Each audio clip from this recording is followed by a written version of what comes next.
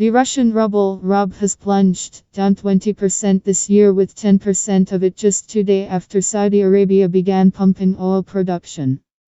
Saudi Oil Minister Prince Abdulaziz bin Salman Al Saud, pictured above, tried to get Russia to agree to a plan to reduce oil production by 1 million barrels in light of significant fall in demand. Putin basically said niet, and the Crown Prince basically said crash it, offering a $6 to $8 discount to Western markets, so sending oil to $30 or so. Rubble crash, March 2020. Russian media is claiming they can tolerate rub down to even 70, so 50% minus from here. They also claim Russia has more foreign exchange reserves than Saudis, and they don't mention it, but Russia has been piling on gold since 2018, amassing huge reserves.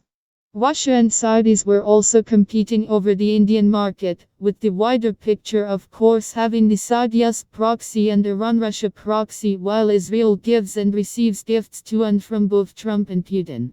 Saudi Arabia and Russia are arguing over the price and flow of oil.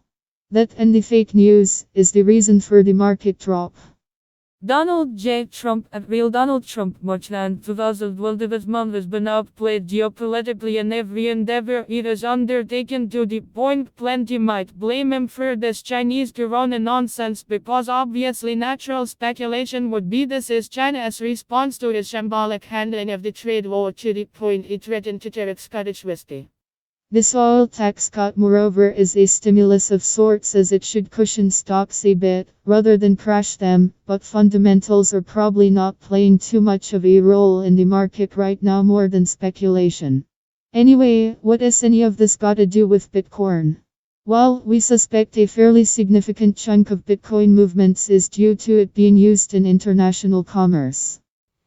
Bitcoin crypto stats, March 2020 $8 billion does not move just for speculation, although maybe, we don't have rigorous academic analysis yet, and Bitcoin has this weird change system where moving say 1 Bitcoin in an account with Bitcoin might show as a movement.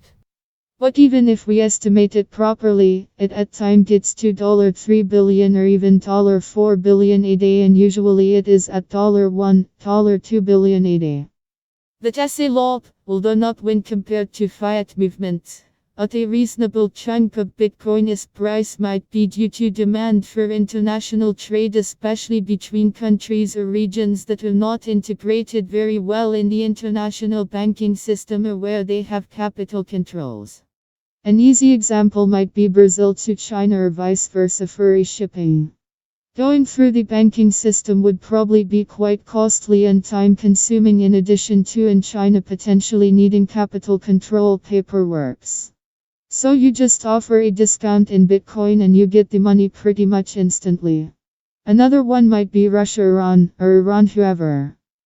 They can quite go through the banking system, especially if those banks want to engage in international business, so they might Bitcoin or even ETH or whatever other crypto.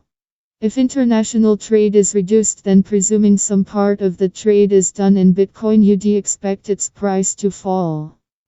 If the Russian ruble falls, on the other hand, how it might affect Bitcoin depends on how much demand there is in Russia for BX, Russian demand for Bitcoin. March 2021 easy way of proxy estimating that demand is peer-to-peer volumes on local Bitcoins, which for more recent times needs to AC. You can read full post on CryptoFans News, link available in text below.